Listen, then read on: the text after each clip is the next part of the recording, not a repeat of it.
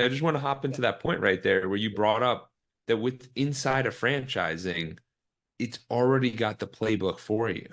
It's already set up for success because a lot of times when people start businesses, it's blank slate, no, no idea. And you're just like, all right, we're gonna hop in. But a franchise, they have the backing, they've done it before, and they show you how to make it successful. So I just wanted to jump right in, but you keep going with your story. Yeah.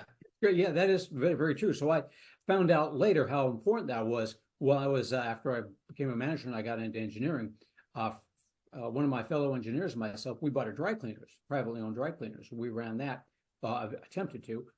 He got a lot better at it than I did after a while, but we ran that one. That was like we had no clue as to what to do. So we had to go out and find out for ourselves. How do you run a dry cleaners with drop-off locations? We bought some storage units, bought some rental properties, and we ran those together. And it was like, we're on our own.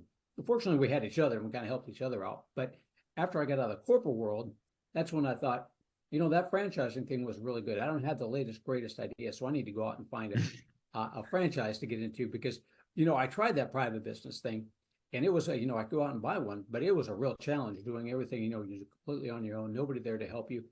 There's good and bad points about it. Don't get me wrong. Some people are best with going to a privately owned business. Franchising isn't for everybody, but I decided I wanted to get into franchising, so I went click happy and all over the place, clicking on all sorts of different franchise opportunities. I got franchise development people calling me all over the place, very confusing. And finally, I got a hold of a franchise consultant, never knew they existed. And he said, okay, put everything on hold. Let's take a look at what your goals are, what your aspirations are, where have you been, where are you at now, where you want to be, and let's narrow that down. With his help, I got into a franchise and then ran that one for a while. That And was wonderful, good franchise. And then I decided that this is such a good thing. I wanted to help other people do it. I liked what he did. So I told him, show me what you do. Teach me what you do. That was about 10 years ago. And I have not looked back since. And it's just been a whole lot of fun. that's incredible. And when I think about it, because we're heading into 2024, the new year's starting off in a couple weeks, literally next week, actually. And the thing is, a lot of people, there's a lot of talk about buying businesses up because there's people who are getting older and there's different opportunities. What was the thought process when you bought that? Like, I want to take you back to that point where you bought the laundromat.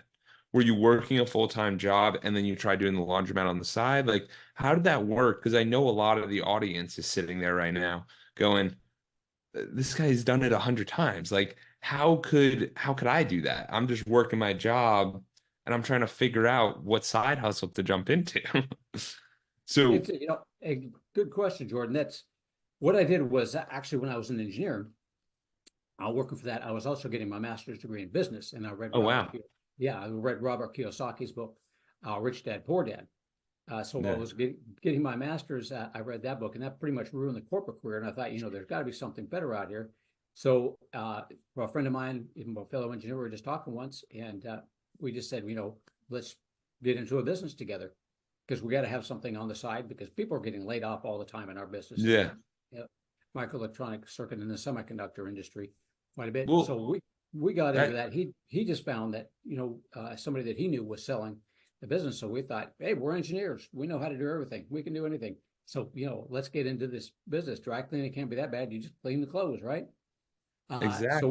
we yeah. And So we did the, that, and we uh, we learned a lot by ourselves along the way on that one. But we bought in that one. We did it on the side. We were running our day jobs, doing that. So with a private owned business, having to do it all yourself and not knowing exactly what's going on, there was a little bit, I would say, a lot of extra work going in there. So there were times during lunch that I'd take off and go check on the dry cleaners and go stop by the drop off locations, make sure everybody was doing good and everybody was okay.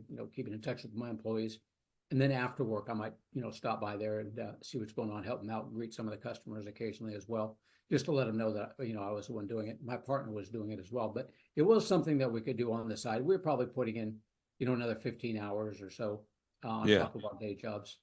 On top of that, so it wasn't too terribly time consuming on that one.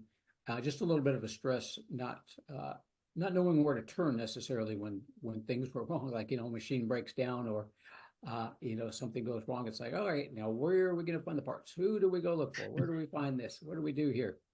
So that's why I like the franchising, because when I got into the franchising world, all those questions you got answers to, because the franchisor was right there to answer them, and the other franchisees that you made friends with.